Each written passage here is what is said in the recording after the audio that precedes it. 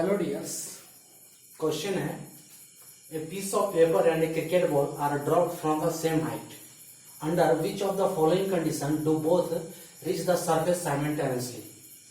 इसके ऑप्शन दिए हैं, they must have the same volume, option B they must have the same density, C they must have the same mass and D they must be dropped in vacuum.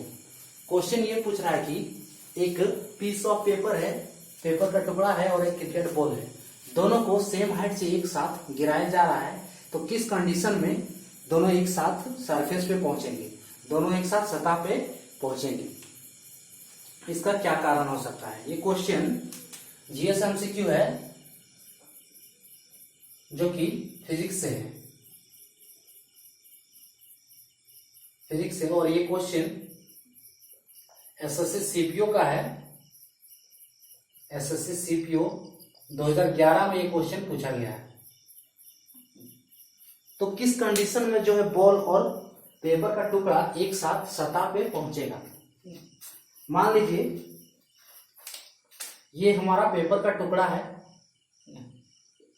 ये paper का टुकड़ा है और ये ball है, cricket ball है। इन दोनों को एक साथ गिराया जा रहा है जिसका हाइट दोनों का सेम है, दोनों का हाइट h मान लेते हैं। सो इन दोनों का हाइट सेम है जो कि एक साथ गिराया जा रहा है।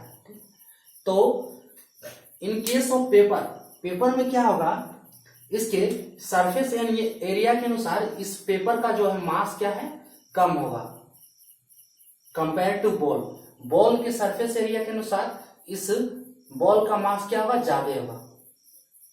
तो इसका मास कम है, इसका मास ज्यादा है अकॉर्डिंग टू सरफेस एरिया दोनों के। सो ये दोनों एक साथ नहीं गिरेंगे, नहीं गिरेंगे इसका क्या कारण है, इसका कारण मास नहीं है, इसका कारण है एयर रेजिस्टेंस। अगर इसका सरफेस एरिया जो है कम है मास के अनुसार, तो इस पे एयर रेजिस्टेंस ज्यादा एक्ट करेगा, इस पे एयर रेजिस्टेंस क्या होगा, अधिक होगा, और इस पे एयर रेजिस्टेंस कम होगा, इस पे एयर रेजिस्टेंस कम होगा। इस वजह से, क्योंकि यहां पे एयर रेजिस्टेंस है प्रेजेंट, ठीक है,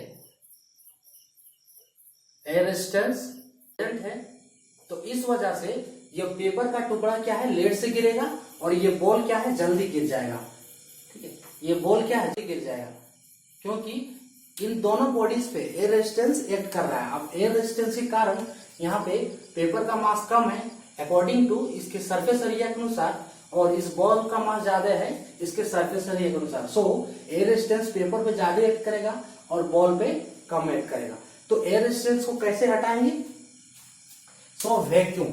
वैक्यूम में क्या होता है, वैक्यूम का मतलब क्या है कि जहां पे एयर रेजिस्टेंस नहीं होता है, वैक्यूम। वैक्यूम कहते हैं जहां पे no air resistance, air resistance, vacuum पे एयर रेजिस्टेंस नहीं होता है। और एक्सेलरेशन, जो एक्सेलरेशन बॉडी का एक्सेलरेशन है, बॉडी का acceleration, acceleration of body does not depend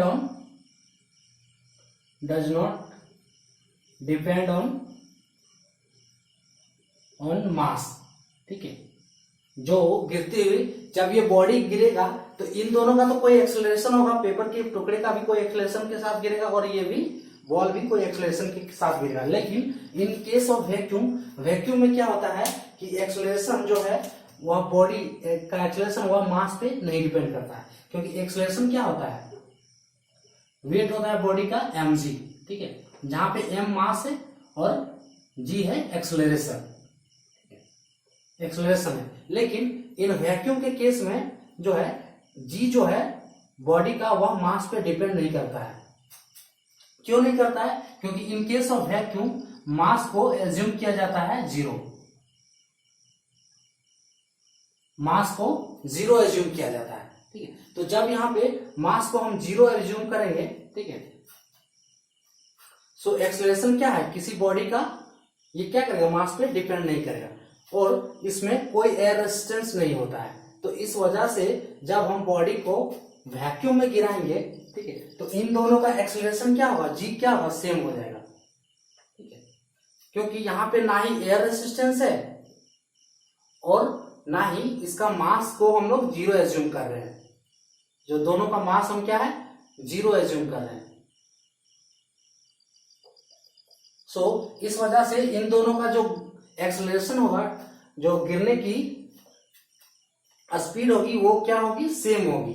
यानी कि हम कह सकते हैं कि वैक्यूम में बॉडी को हमेशा स्टैंड के तौर पर रख सकते हैं कि बॉडी जो गिर रही है वह गिर नहीं रही है।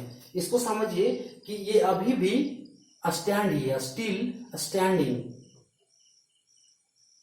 स्टिल स्टैंडिंग, ये अभी तक स्टैंड ही फील कर रही है, ठीक है, ये हम समझ सकते हैं। तो अगर हम किसी बॉडी को, कोई भी बॉडी हो, दोनों अगर सेम हाइट से एक साथ गिराया जाए तो इन वैक्यूम में जब दोनों को एक साथ गिराया जाएगा तो दोनों सरफेस के सतह में एक साथ ही पहुंचेंगे।